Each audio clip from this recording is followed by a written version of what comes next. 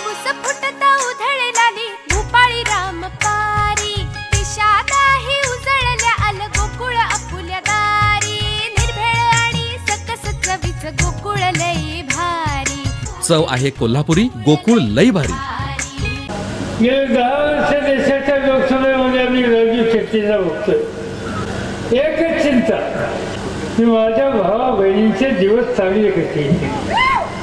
आम्हा सगळ्यांची भूमिका ती मार्ग वेगळी आणि आम्ही सांगत होतो की या देशामध्ये आणि विशेषतः गेल्या 5 वर्षामध्ये आम्ही पाहतो या शेतकऱ्याला खऱ्या अर्थानं न्याय द्यायचा असेल तर भाजप आणि शिवसेनावाल्यांना घालल्याशिवाय गत्यंतर आणि नौकाचं बंदीचं सगळ्यात नुकसान शेतकऱ्याचं झालं।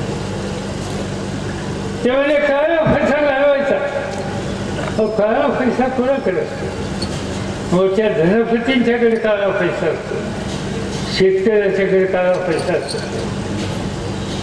त्यांनी काळा पैशाची व्याख्या काय केली? ज्याच्याकडे पैसा कुठला आला त्याचा रेकॉर्ड नाही तो काळा पैसा, जो चेक दिला आला तो काळा पैसा, जो लोक आला तो काळा पैसा।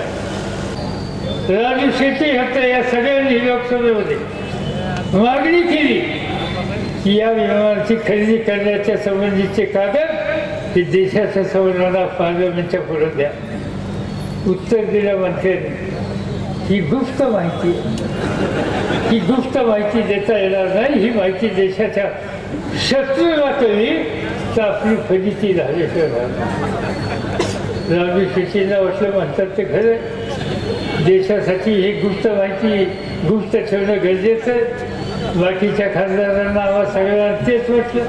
आम्ही म्हणलं ठीक आहे, देशाच्या हितासाठी गुप्तता ठेवायची असेल तर आमची काय तक्रार नाही। पण काही मोठे लोक गेले सुप्रीम कोर्टात आणि सुप्रीम कोर्टाला सांगितलं की ही गुप्त माहिती आम्हाला पाहिजे। कोर्टाने सांगितलं देऊन टाका गुप्त माहिती।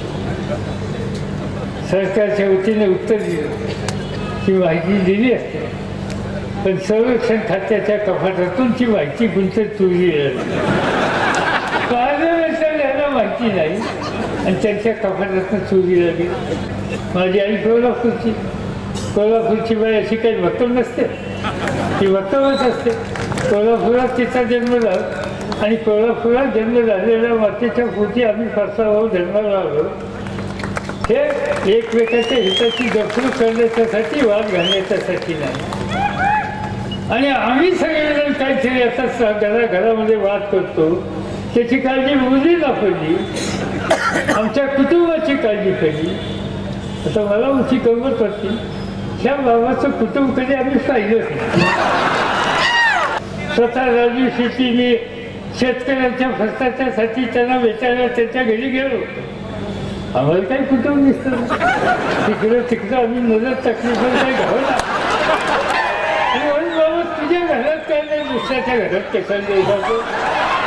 मोगलांच्या सैन्याला धनाजी जाधव आणि संताजी घोषकरी दिसत होती। आता मोदी कुठेही गेले तर त्यांना शरद पवार दिसतं, राजू शेट्टी दिसतं, त्याला आणखीन चिंता दिसतं, पण दुसरं काही दिसतच नाही त्यांना चिंता झोपच आली। आज मी वाचत होतो वर्तमानपत्रावर कोल्हापूरच्या गमतीचंच गाव आता आजोबाचं आमचं त्यामुळे काय बोलतायत सगळीकडे जाहिरात आम्ही वाटली आम्ही ठरवले काय म्हणलेलं म्हणजे आम्ही ठरवलं बघितलं तुम्ही जाहिरात।